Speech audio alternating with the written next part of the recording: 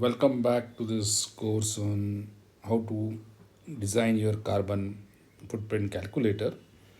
I plan to show you one carbon footprint calculator which can be seen on internet by typing www.carbonfootprint.com.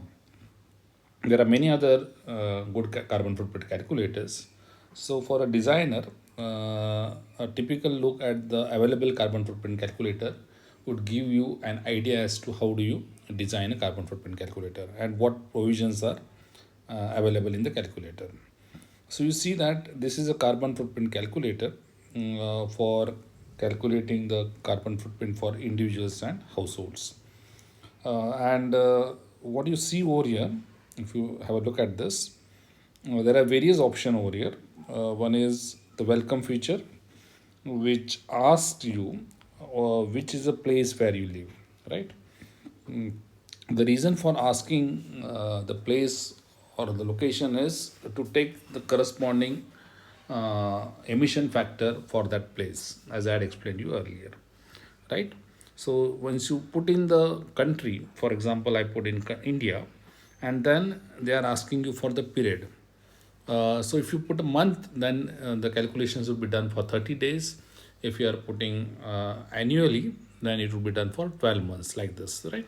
So just a multiplier factor is added by using the time period for which the carbon footprint calculations are to be done. Mm. The second thing is, you see, the carbon footprint calculator is asking for the data on the electricity consumption, right? And what you see in the box is they have used a typical emission factor as explained in my earlier videos. So if you put your consumption over here, it will multiply with the emission factor and give you the carbon footprint for electricity consumption. Similarly, you would find that there are options like natural gas, heating oil, coal, liquefied petroleum gas, propane, and wood. Okay, so if you put in those consumption, if you are consuming say coal also, or you are consuming some LPG, and then this data and the multiplying with the emission factor would give you the total household footprint. Okay, so this is the way the carbon footprint calculator has been designed. Okay, and they are asking you how many people are in the household, right? So if you are calculating it for a family, then you need to put the number of family members, and if you are calculating it for an individual, then you need to put it for the number as 1, right? Because generally this consumption of electricity has to be shared amongst the house members. So when you do the calculations, when the calculator would calculate the consumption, it would be dividing. If you want to do the calculations for an individual, it will divide it by the number of people in the home, which I had explained you earlier also. Then the carbon footprint calculations for flight. Here you would find that they are asking you whether you are flying by economic class or by business class, and accordingly the carbon footprint calculations are to be adjusted. Emission factor for economic class would be less when you are traveling by a plane, and by the same plane, if you are traveling by business class, the emission factor would be more because the business class would occupy more space, right?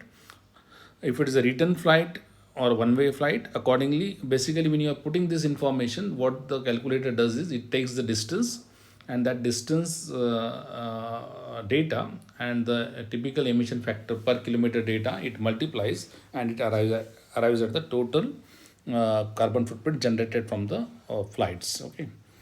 Same thing about the car. If how much kilometers a person, or what is the mileage, total distance traveled by the user, right? And what category of vehicle person is using, right? And if it is old, it would have more emission, and if it is average van, if it is Indian car database, if it is a US car database, so all these databases can be included in your calculator, and that databases I already explained you that depending upon how strong your data is, your calculations would be more accurate, right? And if you don't have that, then you can typically put in some value, some average value of mileage or efficiency, and that will help you calculate the total car footprint. So the distance traveled and the mileage of the vehicle and the average of the vehicle would be useful in calculating the carbon footprint for car travel. Same thing about the bike travel. What type of bike one is using, whether it is a small bike or a large bike, depending upon the cc of that, it would take default values for a mileage, and for the typical mileage or the average, it would use that carbon footprint emission factor and do the calculations for the traveled kilometers via the motorbike. Same thing about a bus or a rail. Again, as you see, different mileages or averages or emission factors are there for the different categories of vehicles, public transport vehicles.